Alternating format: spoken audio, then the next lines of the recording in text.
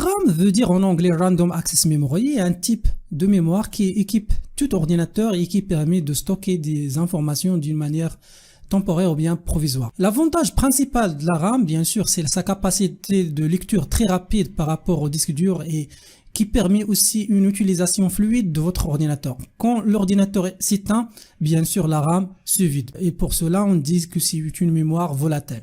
Sa capacité, comme pour le disque dur, est exprimée en gigaoctets. Bien sûr, il existe d'autres composants qu'on trouve généralement dans l'unité centrale. Nous pouvons citer par exemple la carte graphique. La carte graphique, c'est un composant de l'unité centrale dédié à traiter l'information qui sera affichée par la suite à l'écran.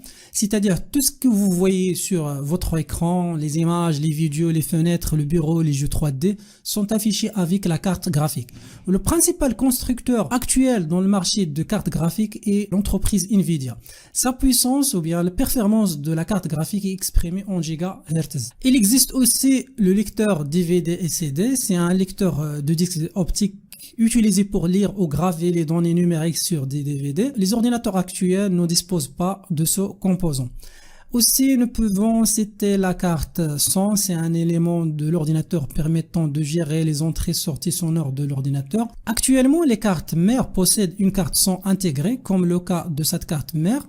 Et dans cette position, vous pouvez connecter vos écouteurs par exemple. On peut aussi connecter avec la carte mère, la carte réseau. Il permet de préparer, d'envoyer et de contrôler les données sur le réseau. La même chose que la carte son, les cartes mères actuelles possèdent des cartes réseau intégrées. Le dernier élément qu'on peut le considérer comme important dans une unité centrale est l'alimentation.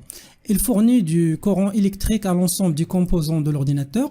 Le bloc d'alimentation doit posséder une puissance suffisante pour alimenter les différents périphériques de ce dernier. Derrière chaque unité centrale, nous trouvons le panneau de connecteurs d'entrée-sortie. Ces connecteurs permettent à l'utilisateur de connecter des périphériques externes à l'ordinateur, comme l'écran, le clavier, la souris, l'imprimante, ainsi de suite. Alors pour résumer tout ce qu'on a vu, l'unité centrale est le boîtier contenant tout le matériel électronique permettant à l'ordinateur de fonctionner. Dans l'unité centrale, nous trouvons la carte mère, c'est le chef d'orchestre de l'ordinateur. Tous les autres éléments de l'unité centrale sont connectés ou bien reliés entre eux à l'aide de la carte mère.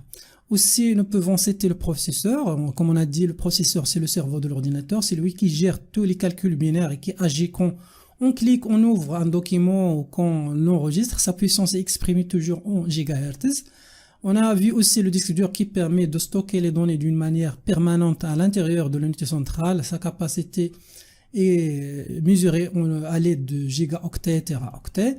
On a vu aussi la RAM, c'est une mémoire très rapide et volatile qui va servir à stocker provisoirement des informations lorsque l'ordinateur est en marche. Ces informations s'effacent lorsque l'ordinateur est éteint. Elle est caractérisée par sa capacité qu'on le calcule à l'aide de l'unité de gigaoctets. On a aussi la carte graphique. La carte graphique est un composant de l'unité centrale chargé de l'affichage sur l'écran. Sa puissance est exprimée en gigahertz. On a vu aussi la boîte d'alimentation.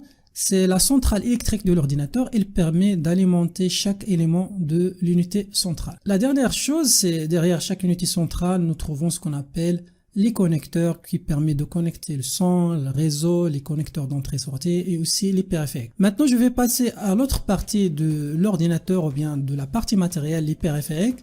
Généralement, il y a 4 types de périphériques. Il y a les périphériques d'entrée, les périphériques de sortie, les périphériques de stockage et les périphériques de communication, ou bien d'entrée et de sortie en même temps. Je vais commencer par les périphériques d'entrée. Ce sont des périphériques qui servent à envoyer l'information à l'ordinateur, comme par exemple le clavier, la souris, microphone, scanner et le webcam. On a le deuxième type, ce sont les périphériques de sortie qui permettent de recevoir les informations envoyées par l'unité centrale, comme par exemple l'écran, l'imprimante, les haut-parleurs, les écouteurs. Troisième type, ce sont les périphériques de communication qui servent de faire deux choses en même temps, envoyer et recevoir les informations, comme par exemple le routeur, le modem, les liaisons sans fil comme le Wi-Fi et le Bluetooth, les liaisons filières, par exemple, pour connecter votre ordinateur à l'internet à l'aide du câble RJ45. Et le dernier type de périphériques, ce sont les périphériques de stockage, comme par exemple le flash mémoire, l'USB, la carte mémoire, aussi le disque dur externe. Pour résumer tout ça, sur un périphérique